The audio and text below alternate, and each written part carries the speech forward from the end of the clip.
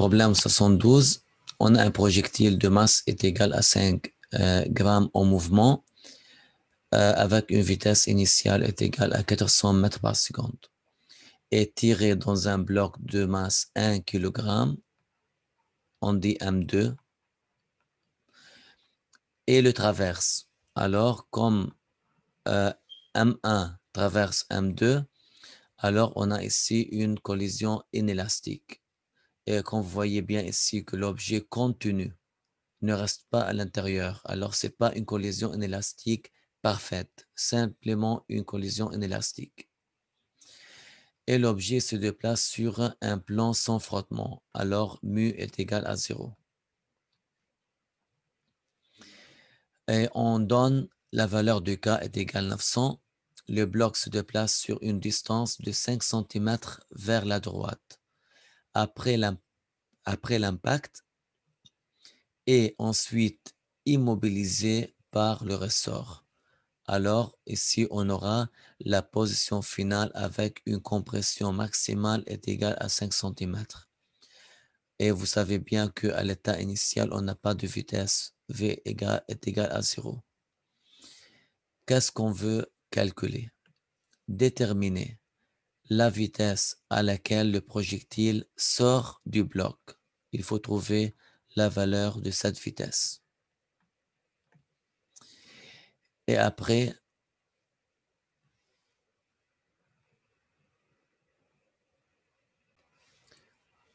OK. Alors ici, laissez-moi expliquer d'abord la situation. On a une collision en position B et en finale, on a la position, on peut dire là, on a la position A et à la position finale B. En A, on a juste avant et juste après. Voilà, là, ce qu'on voit maintenant, c'est juste avant.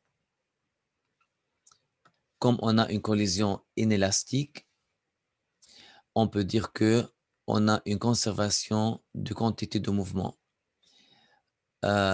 P juste avant est égal à P juste après. Qu'est-ce qu'on a juste avant ici? M1, on a M1 fois V1 plus M2 sans vitesse est égal, juste après la collision, qu'est-ce qu'on a?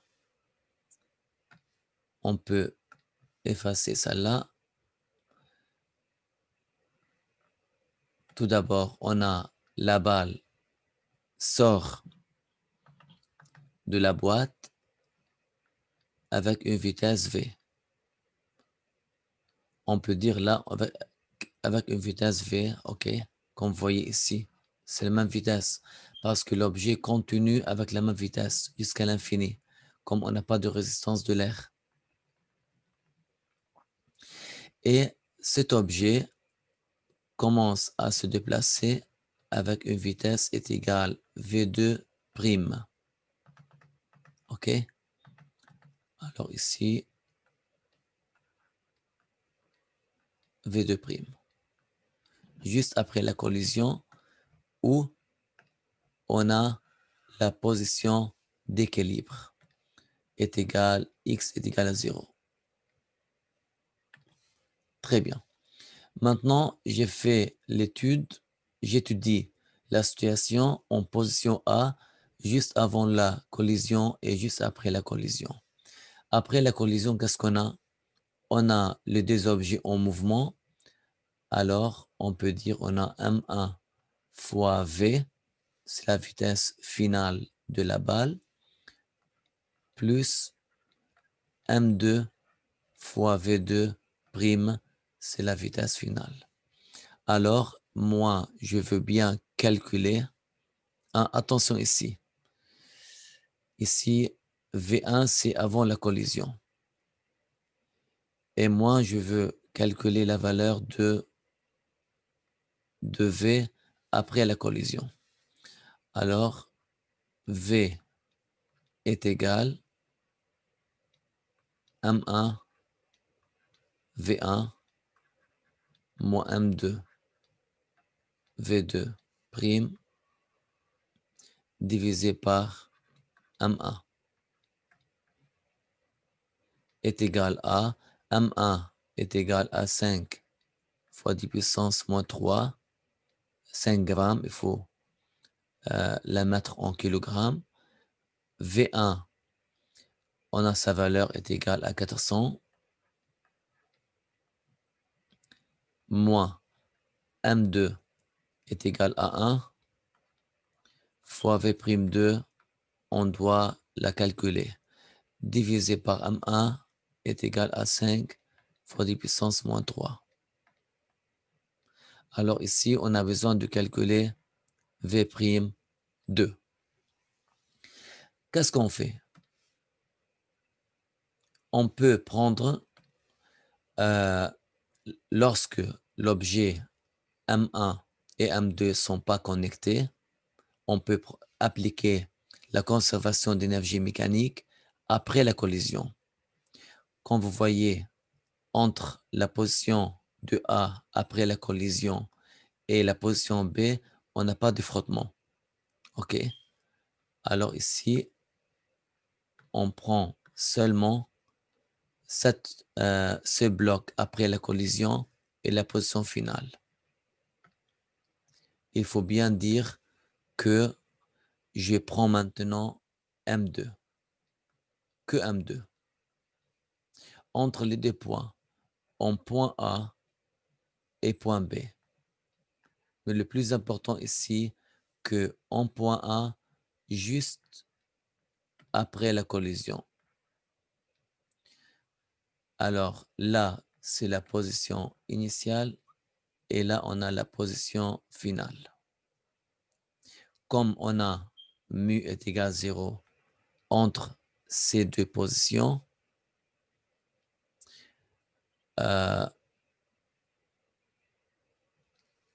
on peut dire là que énergie mécanique initiale est égale à l'énergie mécanique finale. Alors, énergie cinétique initiale plus énergie potentielle élastique initiale. Vous savez bien que ici, on n'a pas de hauteur. On n'a pas de hauteur. Alors, on n'a pas d'énergie potentielle de pesanteur.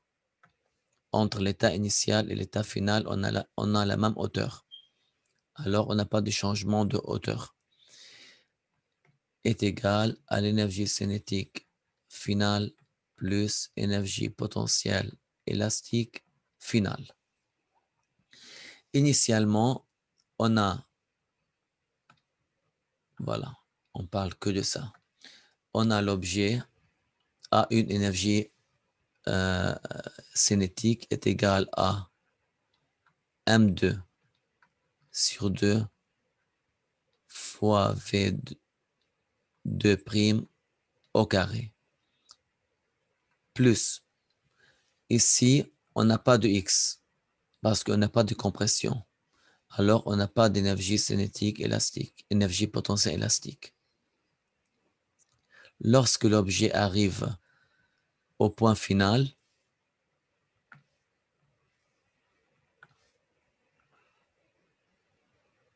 voilà.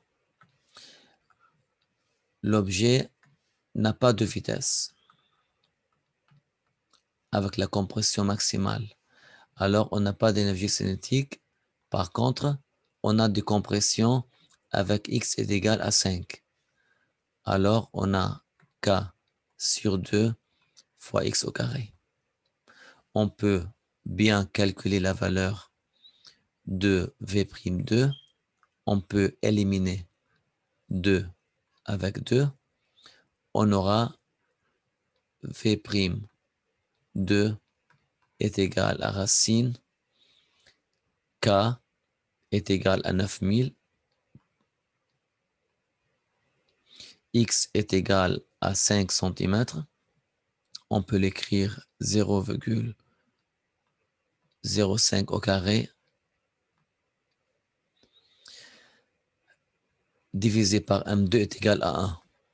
On aura la réponse finale est égale à 1,5 mètres par seconde. Voilà, c'est la valeur de V'2. On peut mettre sa valeur ici pour calculer la valeur de V. Alors, V est égal 5 fois 10 puissance moins 3, 4000, 1 fois 1,5 divisé par 5 fois 10 puissance moins 3. La réponse est égale à 1. Voilà. C'est la valeur de la vitesse de la balle après la collision. OK? De la balle. Voilà. Partie B, qu'est-ce qu'il demande? On a ici, on veut bien trouver la quantité d'énergie cinétique initiale du projectile qui est transformé en énergie interne du système projectile bloc pendant la collision. OK. Je veux bien expliquer cette partie. Qu'est-ce qu'on a ici? Vous voyez bien que on a la balle. Voilà. C'est la balle. Cette balle, initialement, a sa vitesse cinétique initiale. OK? Alors, on a énergie cinétique initiale qui est égale à 1 demi M1 fois, on peut dire ici ça, c'est V1 fois V1 au carré. Cette énergie cinétique, on a l'objet qui entre dans le bloc. On a des frottements, on a augmentation de température, alors on a une perte, on a une transformation en énergie interne. Et après, le système continue. Alors, entre la position juste avant et juste après, on a une énergie interne qui reste à l'intérieur de l'objet. La différence de l'énergie entre après et avant est égale à cette énergie.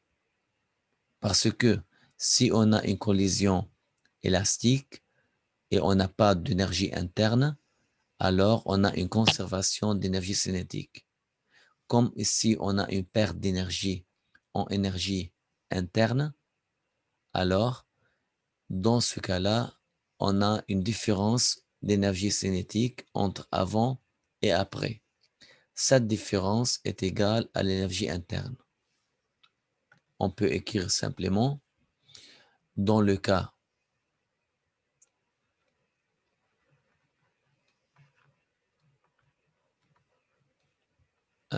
de collision élastique, on a énergie cinétique initiale avant la collision est égale à l'énergie cinétique finale après la collision. Alors, delta, énergie cinétique, est égale à 0. Mais ce n'est pas le cas. On a une collision inélastique. Dans le cas de collision inélastique,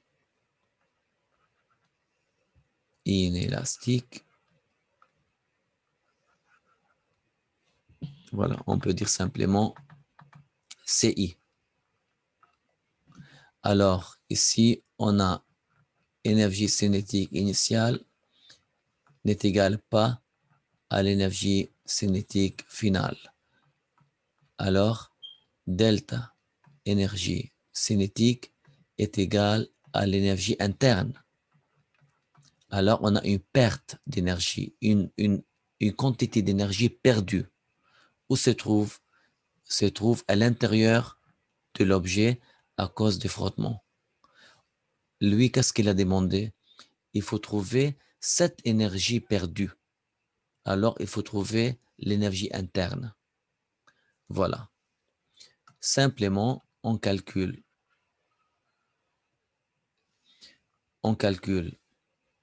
delta énergie cinétique entre le système avant et le système après. Et comme ça, on peut calculer l'énergie interne. OK?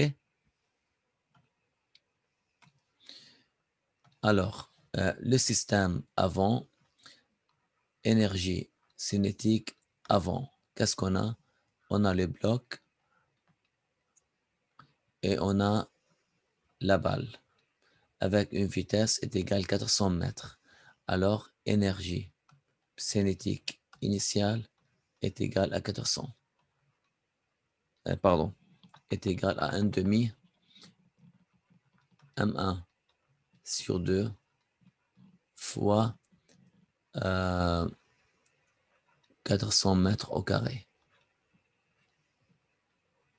Ça, l'énergie cinétique initiale. Après, qu'est-ce qu'on a après? Ça, c'est juste avant la collision. Juste avant. Juste après, on a finalement l'objet se déplace avec une vitesse V2 prime et aussi on a la balle se déplace avec une vitesse V. On a calculé cette valeur qui est égale à 1 mètre par seconde et aussi on a calculé V'2 qui est égal à 1,5 mètres par seconde. Alors, comme énergie cinétique finale qui est égale à M1 sur 2 fois, ça c'est M1, ok? Je parle de ça là, fois 1 au carré, plus l'énergie cinétique là qu'on a gagnée est égale à M2 sur 2, 1,5 au carré.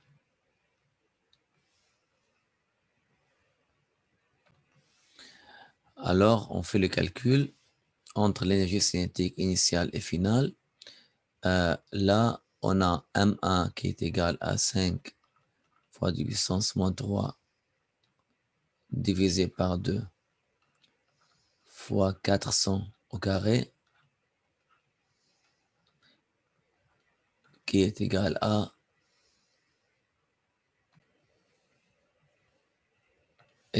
400 joules. Et pareil, on fait le calcul pour celle-là est égal à M1 5 fois 10 puissance moins 3 divisé par 2 plus M2 est égal à 1 sur 2 fois 1,5 au carré est égal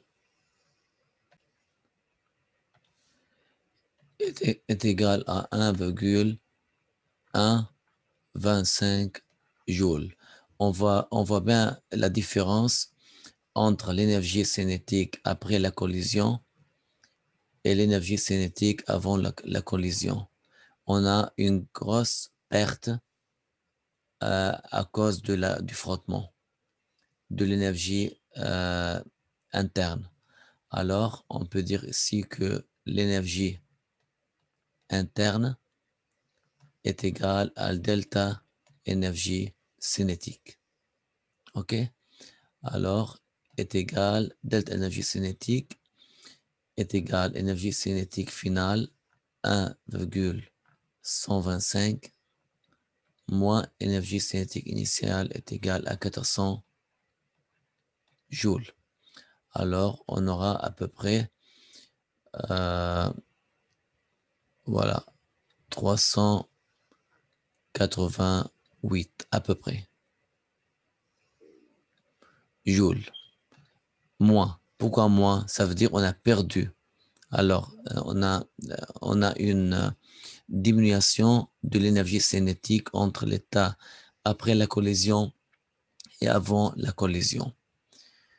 Voilà, juste ici, c'est bien de comprendre le principe que lorsqu'on a une collision inélastique, on a une quantité d'énergie cinétique perdue euh, et, et transformée en énergie interne. Cette énergie interne est égale à la différence d'énergie cinétique avant et après. Voilà, avant et après la collision.